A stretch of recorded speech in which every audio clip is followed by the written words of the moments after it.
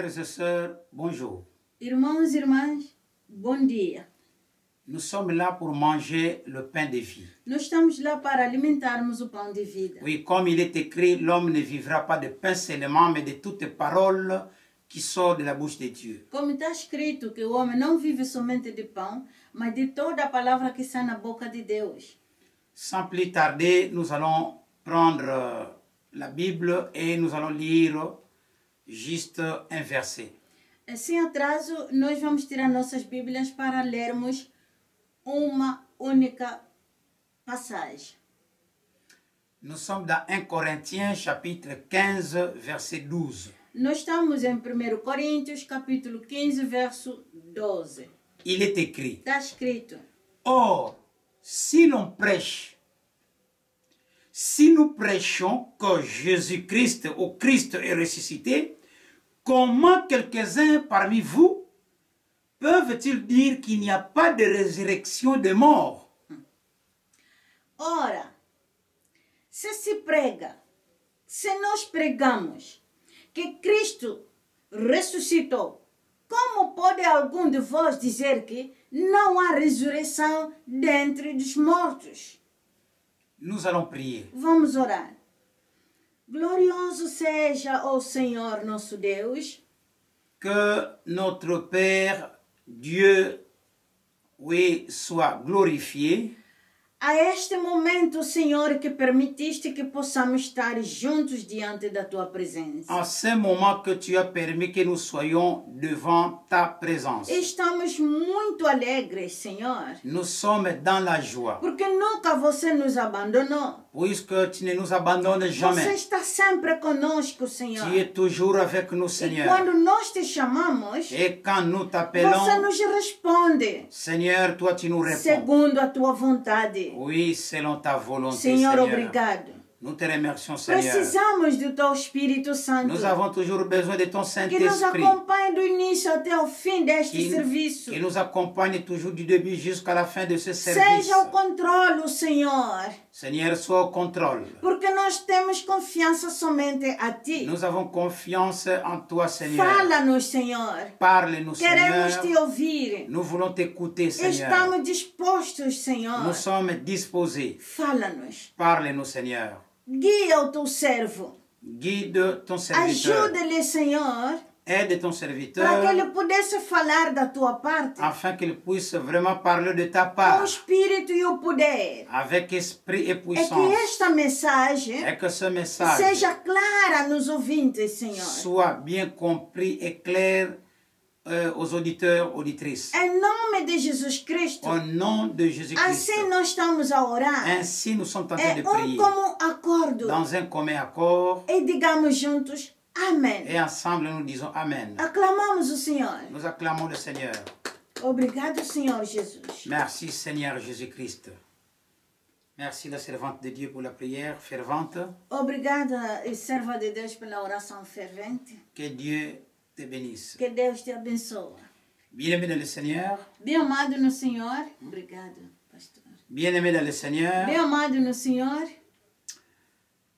nous continuons notre grand thème intitulé La résurrection de Jésus-Christ, un miracle. Nós continuamos com o nosso tema intitulado A Ressurreição de Jesus Cristo, um milagre. Comprendre ces différentes apparitions. Compreender as suas várias aparições. Aujourd'hui, c'est la 5e partie. Hoje é a quinta parte. Frères et sœurs, Irmãos e irmãs, nous avions dit que dans cette série d'enseignements, nous allons poursuivre 2 objectifs. dissemos que nesta série de ensino iríamos perseguir 2 objetivos. Premier objectif, faire comprendre aux croyants et aux non-croyants de preuves historiques de la résurrection de Jésus-Christ.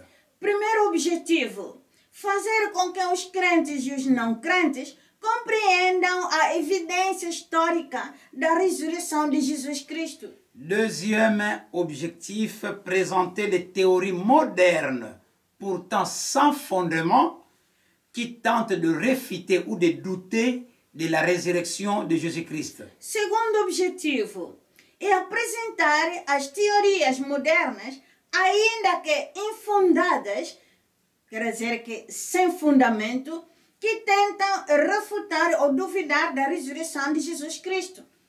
La fois passée, nous avions parlé d'abord de la nécessité d'expliquer d'une certaine façon l'origine et les croyances de l'Église chrétienne. A última vez falamos sobre a necessidade de explicar de alguma forma as origens e crenças da igreja cristã. À retenir que l'Église chrétienne croit dans la résurrection corporelle de Jésus-Christ. Lembrar-se que a igreja cristã acredita na ressurreição corporal de Jesus Cristo. Bien-aimés dans le Seigneur, Bem amado no Senhor. par là nous avions, n'est-ce pas, traité deux questions. Em seguida, nós tratamos de duas questões. La première question, quand et comment l'Église chrétienne est-elle apparue? Primeira questão foi, quando e como que a crença na ressurreição, Non. Comment? quando e como surgiu a igreja cristã. Oui. Donc, c'était ça la première question. Esta foi a primeira questão, ou pergunta. Quand et comment l'Église chrétienne est-elle apparue? Quando e como surgiu a igreja cristã? Deuxième question, quand et comment la croyance de la résurrection est-elle entrée dans l'Église? Segunda questão foi quando e como é que a crença na ressurreição entrou na igreja. Alléluia. Amém. Bien-aimés dans le Seigneur, Bem amado no Senhor. vous allez trouver la réponse de ces deux questions, n'est-ce pas, dans la partie 4 du même thème. Encontram as respostas dessas duas perguntas na parte 4 do mesmo tema. Bien-aimés dans le Seigneur, Bem amado no Senhor. surtout que nous sommes à la fin des temps, Especialmente porque estamos no fim dos tempos, nous devons faire très attention avec de fausses doctrines. devemos ter cuidado com as falsas doutrinas. À savoir que notre foi, Para sabermos que a nossa fé, la foi chrétienne, a fé cristã, est basée sur ce qui est écrit dans la Bible. se baseia no que está escrito na Bíblia. Ce qui n'est pas biblique, O que não é bíblico, ce qui n'est pas la parole de Dieu, aquilo que não é a palavra de Deus, n'a pas de place. não tem lugar. En ce qui concerne le moqueur, No que concerne os zombadores, à savoir, soit ils agissent par ignorance, soit ils sont des agents du diable. quanto aos zombadores, ou seja, que eles agem por ignorância, ou são agentes do diabo. Bienvenue dans le Seigneur. Bem amado no Senhor. Nous continuons avec notre thème intitulé La résurrection de Jésus-Christ, un miracle. Continuamos com o nosso tema intitulado A Ressurreição de Jesus Cristo, um milagre. Comprendre ces différentes apparitions. Compreender as suas diferentes aparições. Aujourd'hui, c'est la 5e partie. Hoje é a quinta parte. Aujourd'hui, nous allons essayer, n'est-ce pas, d'aborder deux sous-thèmes. Hoje tentaremos abordar dois subtemas.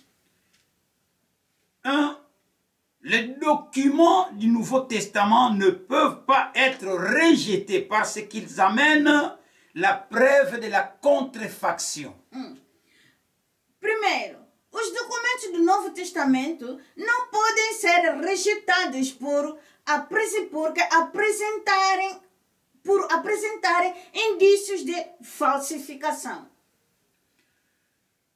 2. La théorie qui tente de justifier, n'est-ce pas, la fausse théorie, n'est-ce pas, qui tente de justifier d'une autre manière l'origine de la croyance de l'Église chrétienne. 2.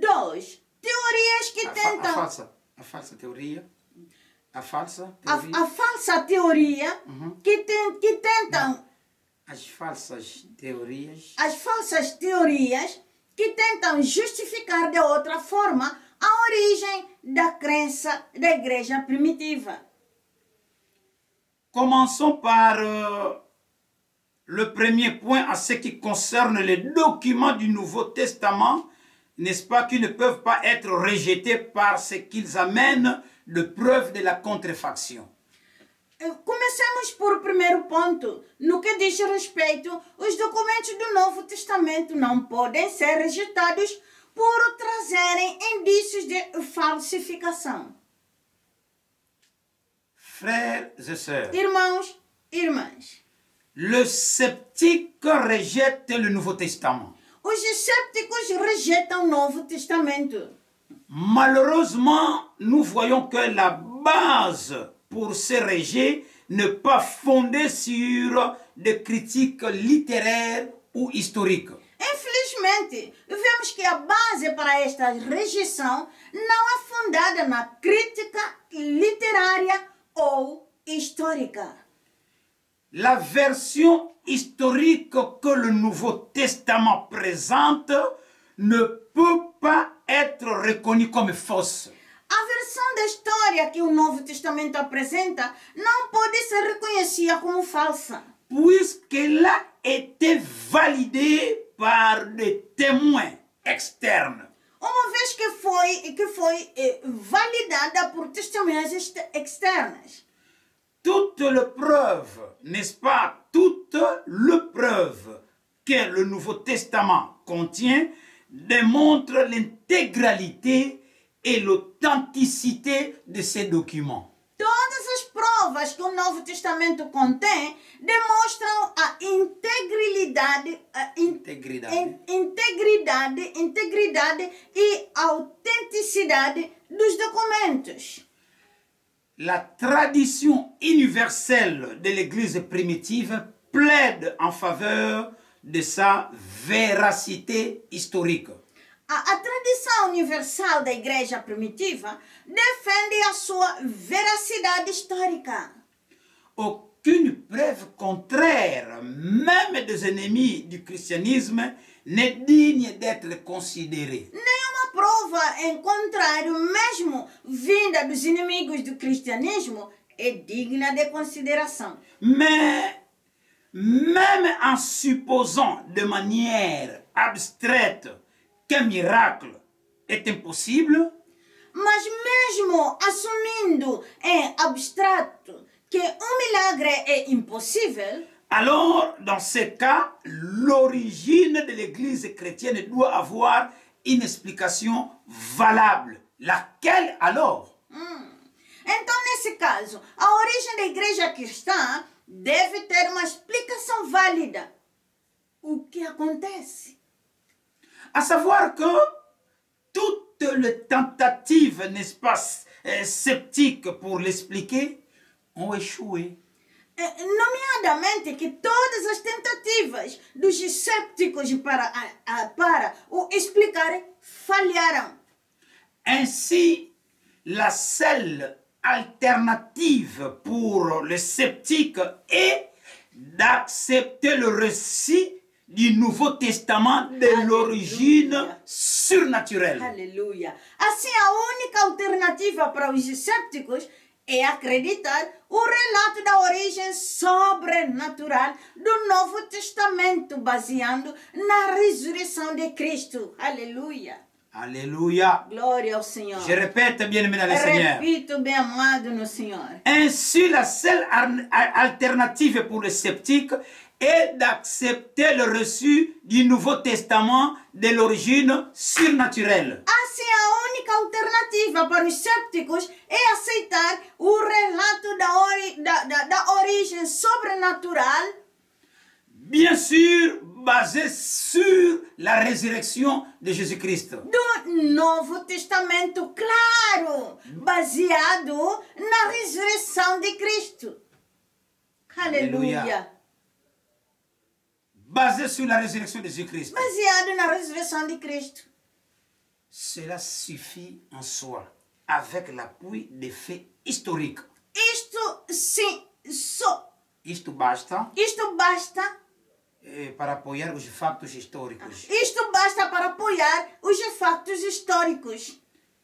a renversé l'objection philosophique selon laquelle un miracle est impossible. É suficiente para derrubar a objeção filosófica de que milagre é impossível. Car la seule explication crédible pour l'existence de l'Église chrétienne est que ces miracles se soient bien produits.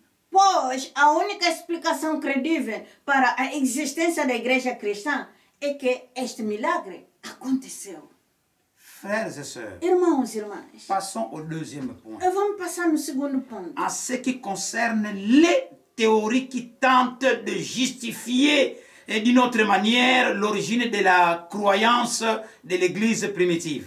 Relativamente segundo ponto, relativamente às teorias que tentam justificar de outra forma a origem da crença da igreja primitiva. Le sceptique nie le fait de la résurrection. Pourtant, les sceptiques qui nient les faits de la résurrection sont impuissants. Os escépticos que negam o facto da ressurreição são impotentes. Ils sont impuissants. Eles são impotentes. Lorsqu'il s'agit d'expliquer comment cette croyance a bien pu s'annoncer dans l'Église primitive. Quando se trata de explicar como é que esta crença pode ter sido anunciada na igreja primitiva. S'il n'y avait pas la résurrection.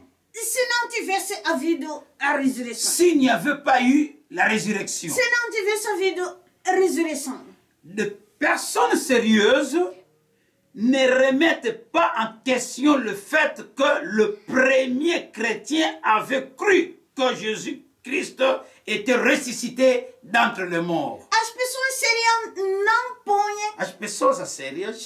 As pessoas sérias não põem em causa que os primeiros cristãos acreditavam que Cristo tinha ressuscitado dos mortos. Si Jésus n'était pas ressuscité, comment le premier chrétien serait-il arrivé à la conclusion que Christ était ressuscité d'entre les morts?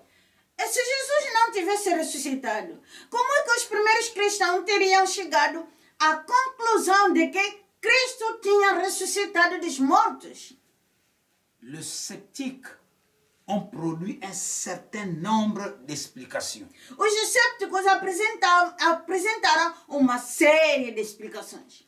Et ont fait le tour de toutes les alternatives possibles. E analisavam todas as alternativas possíveis. Citons-en 8.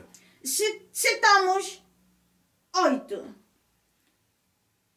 Première alternative, la théorie, première fausse alternative, la théorie de l'évanouissement. A primeira falsa alternativa, a teoria do desmaio. Deuxième fausse alternative, la théorie du vol du corps par ses amis. A segunda alternativa falsa é a teoria do roubo do corpo pelos amigos. La troisième tentative fausse, la théorie du vol du corps par des ennemis. A terceira alternativa falsa é a teoria do roubo do corpo pelos inimigos. Quatrième fausse alternative, la théorie de la vision. A quarta falsa alternativa foi a teoria da visão. La cinquième fausse alternative, la théorie spirite. A quinta alternativa falsa foi a teoria espiritualista, o espiritismo. La sixième alternative, la fausse théorie de l'illusion d'optique. A sexta teoria falsa foi a teoria da ilusão de óptica. La septième force alternative, la théorie de l'hallucination. A sétima falsa alternativa foi a teoria da alucinação. Et la huitième force alternative, une confirmation supplémentaire. A oitava falsa alternativa foi uma confirmação suplementar. Bien-aimés dans le Seigneur, Bem amado no Senhor. commençons par la fausse théorie de l'évanouissement. Começamos pela primeira falsa teoria. Começamos primeiro pela falsa teoria. Começamos primeiro pela falsa teoria alternativa, que é a teoria do desmaio. Selon la théorie d'évanouissement produite par les sceptiques, Christ ne serait en fait pas mort sur la croix, mais se serait simplement évanoui sous la douleur et la torture. De acordo com a teoria do desmaio produzida pelos escépticos, Cristo não morreu de facto na cruz, mas simplesmente desmaiou sob a dor e a tortura. D'après le sceptique, considéré comme mort par tous, ses ennemis, tout comme ses amis, segundo os escépticos, considerado morto por todos, tanto pelos amigos como pelos inimigos.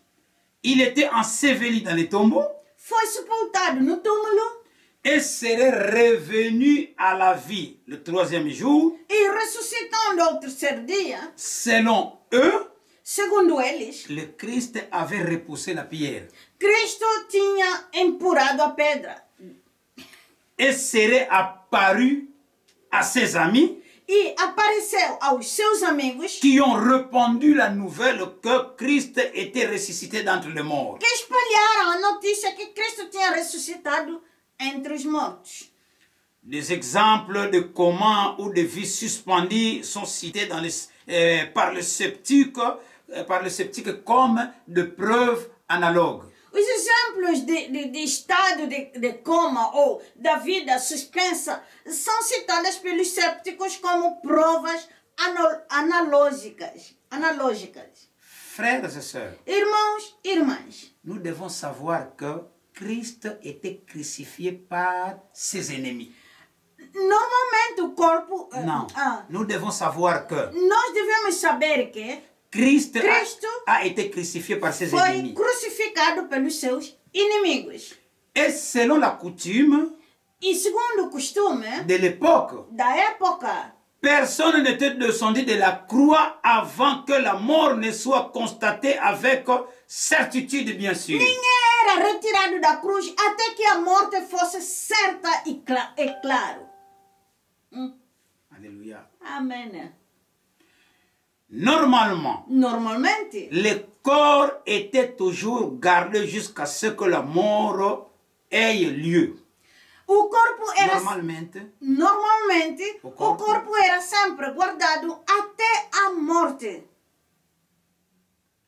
Cependant, dans le cas de Jésus, son côte, juste au-dessus du cœur, avait été percé par une lance. C'est ce qui a fait laisser un trou suffisamment baignant. No entanto, no caso de Jesus, a sua costela, a sua costela, mesmo acima do coração, tinha sido trespassada por uma lança, deixando um buraco suficientemente aberto, Dans lequel on pouvait même y passer la main. onde se podia mesmo meter a mão, Pôr a mão. ou pôr a mão, introduzir a mão. Jean chapitre 20, verset 27. João capítulo 20, verso 27.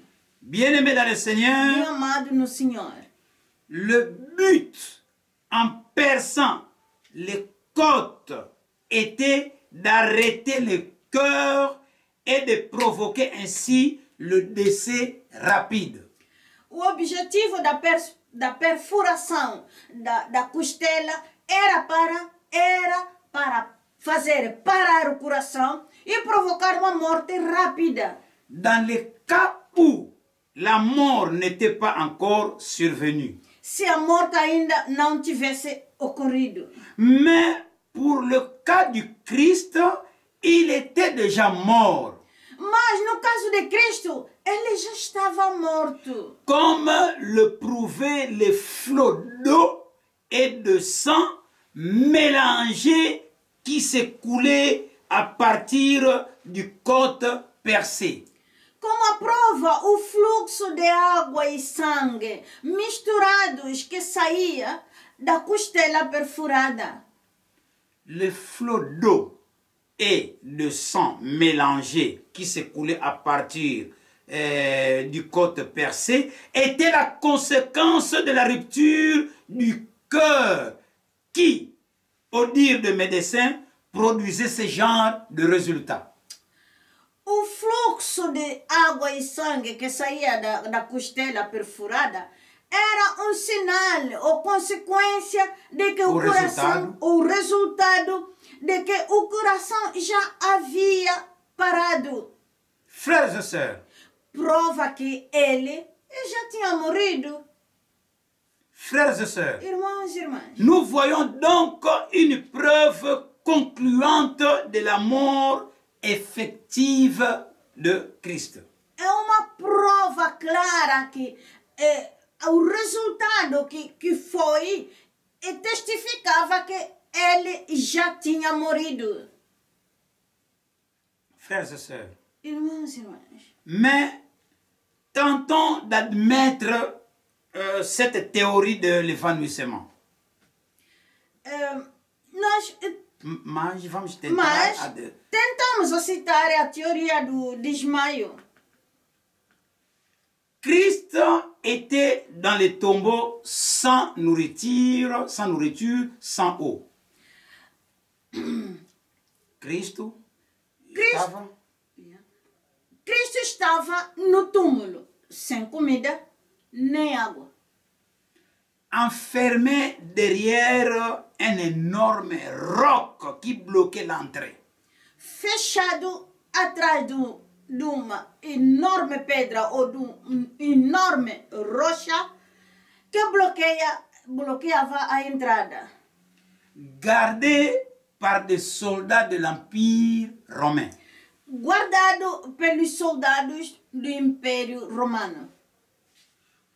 Pouvons-nous supposer qu'une personne dont le main et le pied avaient été percés par des clous, dont la tête n'était qu'une masse sanguinolente à cause d'une couronne d'épines, et dont les côtes présentaient un trou béant par lequel le sang avait coulé du cœur, comment cette personne à pareil état aurait pu rassembler, n'est-ce pas, ses forces, après 3 jours, bien sûr, pour rouler une pierre qui avait nécessité plusieurs hommes pour la mettre en place? Caros irmãos, repito mais um pouco. Suponhamos que uma pessoa com as mãos furadas, as mãos e os pés trepassados por pregos, com a cabeça esmaguentada por uma coroa de espinhos, e com a costela com um buraco por onde escorria o sangue que vinha do coração.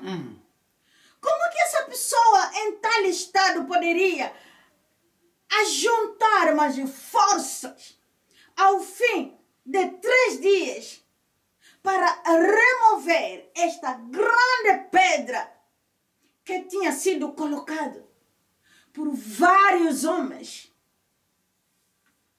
Frères et sœurs, Irmãos e irmãs, et si cela était arrivé, qu'en est-il, qu'en était-il, n'est-ce pas, de soldats qui avaient été placés là pour empêcher les disciples de voler les corps afin de proclamer que Jésus était ressuscité. E se isto tivesse acontecido? O que aconteceria com os soldados que tinham sido colocados ali para impedir que os discípulos roubassem o corpo para proclamar que Jesus tinha ressuscitado? Tout cela est tellement incroyable que la théorie, n'est-ce pas, cette théorie a été abandonnée par des investigateurs sérieux. Mas não se... Tudo isto é tão incrível que a teoria foi abandonada pelos investigadores sérios. Mais n'oubliez pas que si vous acceptez cette fausse théorie de l'évanouissement, vous réduisez en ayant la croyance en l'honnêteté de Jésus. Parce que Jésus avait prophétisé même sa mort et sa résurrection plusieurs fois. Mas não se esqueçam que se aceitarem esta falsa teoria do desmaio, destrói a crença na honestidade de Jesus. Porque Jesus tinha profetizado muitas vezes a sua morte e a sua ressurreição. Frères et sœurs, irmãos e irmãs, en dernier lieu, si cette théorie de l'évanouissement était véridique, que serait devenu Jésus après le 40 jours? Finalmente, se esta teoria de desmaio fosse verdadeira, o que é que teria acontecido? O que teria acontecido a Jesus depois dos 40 dias? Bien, le Seigneur, Bem amado no Senhor, toutes ces objections ont mené à l'abandon de cette théorie de l'évanouissement, même par le sceptique. todas essas objeções levaram até os céticos a abandonarem a teoria do desmaio.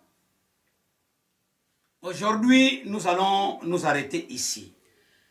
Hoje ficamos por aqui, irmãos. Et prochainement, nous parlerons de la fausse théorie qui parle de soi-disant vol du corps par des amis.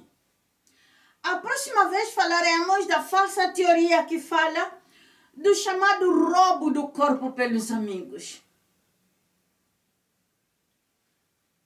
Que Dieu vous bénisse. Que Deus vos abençoe.